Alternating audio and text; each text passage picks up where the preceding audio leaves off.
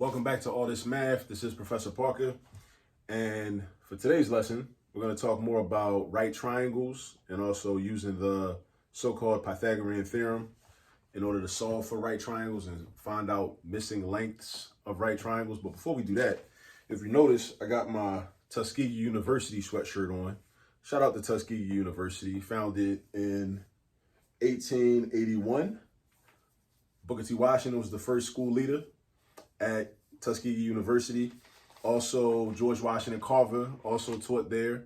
And that reminds me, I want to give a shout out to a brother, Dr. Gerard Bryson, the founder of the Black STEAM Academy, because he's very similar to George Washington Carver in that one of the things that, in terms of his plans for some of the work he wants to do for the community, in terms of just teaching science in the hood, just setting up like a truck and just with a laboratory on it and just showing people like in the community, about science, whether they're getting it in their public school or their charter school or not. He's like, he recognizes a need and he's like, I'm going to go fulfill this need.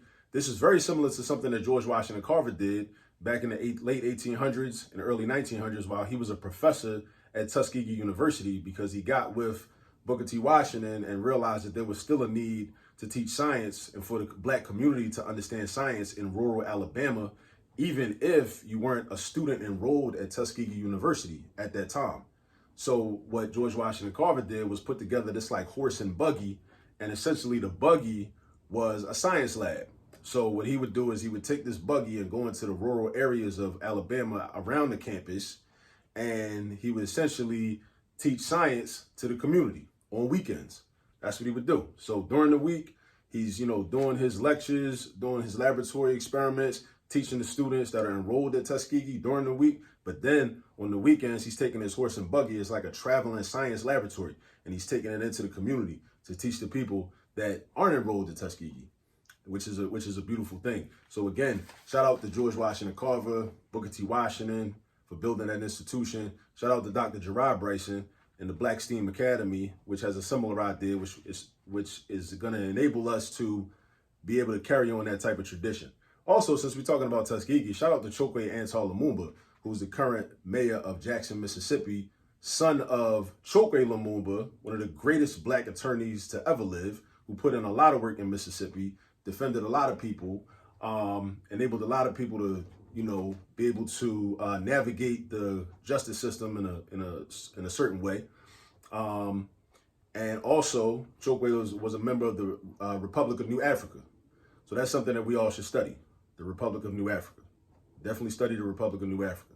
All right? Now, let's get into this work. So, as I stated already, we're going to do a problem that involves solving for the missing length in a right triangle. So this is a pretty quick problem. It's pretty straightforward. Probably take us about 5 minutes to do it. It says that two sides of a right triangle, and you can read along in the description underneath of the video, right? It states that two sides of a right triangle are 8 and 12. 8 and 12. Find the hypotenuse.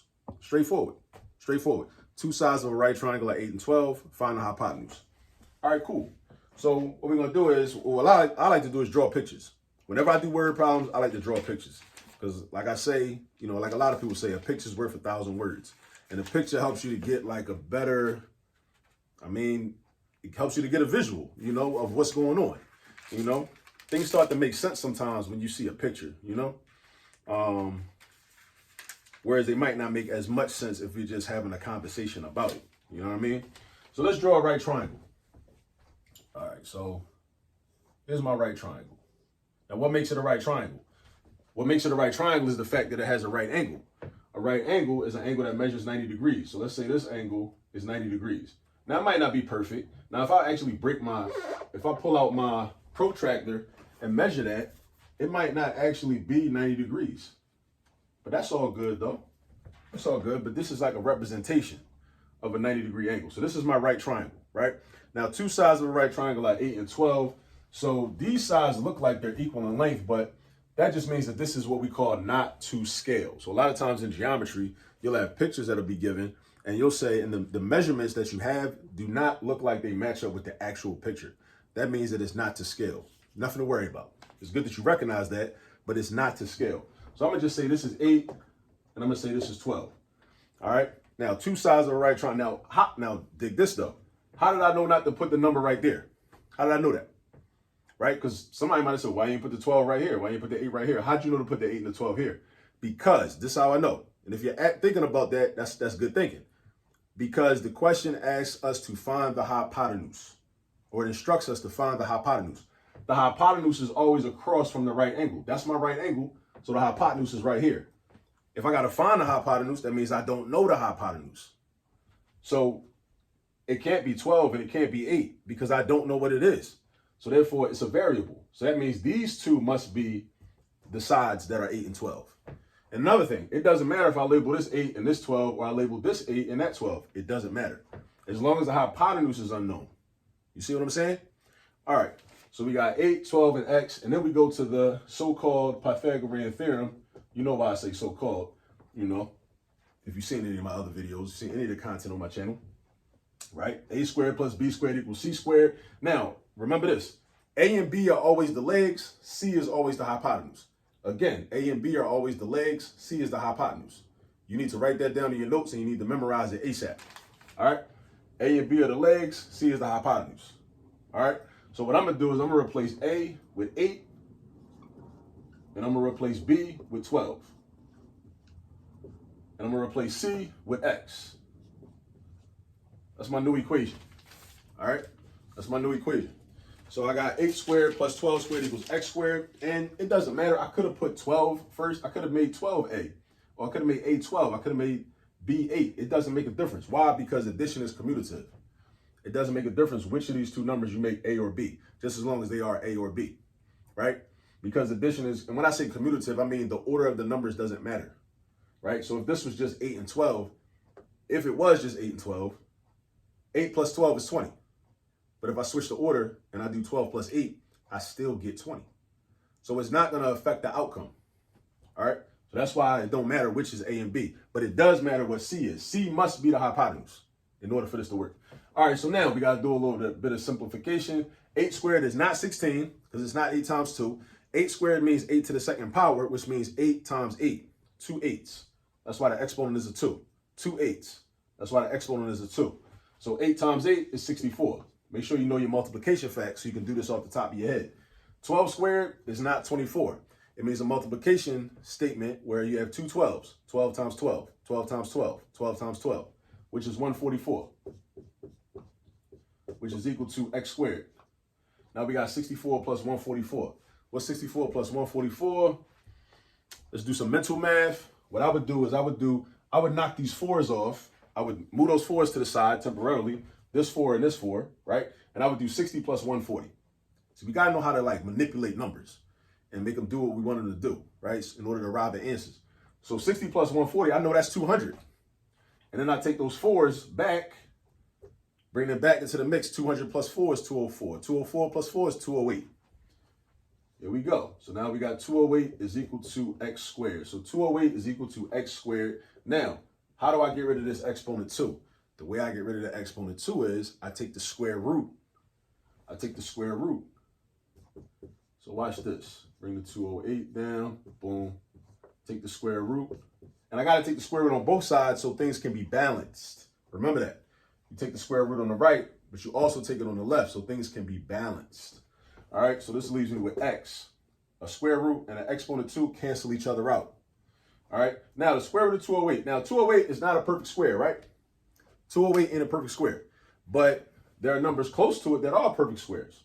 So, like for example, I know that 196 is a perfect square because I know my perfect squares by heart. You should memorize your perfect squares at least up to 25 squared, at least. Go past that, but at least know 1 squared up to 25 squared. Know them all off the top of your head. That's going to make math and algebra a whole lot easier. Geometry, calculus is going to make it all a lot easier, I promise you. So I know 196 is 14 squared, right? So I know 196 is equal to 14 squared. And I also know that 225 is equal to 15 squared. So, and I know 208 is in between these two numbers. So if 208 is in between these two numbers, and these two numbers have these square roots, I know that the square root of 208 must be between these two numbers, meaning it's going to be a decimal. It's going to be 14 point something. It's going to, because if it's between 14 and 15, that means it's bigger than 14, but it's less than 15. That's what that means. So it's going to be 14 point something. Now keep this in mind. 208 is closer to 196. Or is it? Is it really? Let me see. 208, that's 14 above 96. But it's, let me see, 15 and 2. Like 17. Yeah, so it technically is closer to 196. So it's going to be, this is what I'm betting on. It's going to be a little less than 2.5, maybe like 2.4 something. It's going to be, no, not 2. It's going to be like 14.4 something. My mistake. It's going to be like 14.4 something. Because it's not exactly, because 208 is not exactly halfway between 196 and 225. If it was, then we would be able to assume that the square root would be 14.5, exactly in the middle, right? But it's not. But let's break out our calculator and take the square root of this. So we got 208 square root. Yeah, like I said, 14.4 or 14.42. So this is 14.42. So in a right triangle that's got sides of 8 and 12, this is the hypotenuse. Now, another thing that I want you to keep in mind, this is how you know your answer is reasonable. When you're dealing with questions that involve right triangles and hypotenuses and legs, your hypotenuse, and you should put this in your notes and then memorize it. Your hypotenuse will always be the longest out of the three sides. Your hypotenuse will always be the longest out of the three sides. Always. The hypotenuse is always going to be the longest. So dig this. This is why that matters. If you did your calculations and did all this and you ended up with 11.2 for x, you know that's wrong. You know why? Because 11.2 is less than 12. And the hypotenuse must be the longest out of the three sides. So it can't be 11.2. It can't be less than 12. It can't be less than 8. Well, if it's less than 8, then it's already less than 12. But your hypotenuse, again, memorize this. This is a major key in geometry. Your hypotenuse must always be the longest side in a right triangle. I mean, you only have hypotenuses in right triangles. You don't have them in obtuse or acute triangles. You know what I'm saying? But your hypotenuse must be the longest side. So 14.42 is longer than 12 and 8. So that means that I got a reasonable answer, you know? And I can check it anyway. You know, I can go back and just make sure that this squared plus this squared is equal to 14.42 squared. And I know it is. So we good. All right. So use this video as a reference. Also, go practice some more problems that are similar to this. And also shout out to Tuskegee University and all the HBCUs. I'll see y'all in the next video. Peace.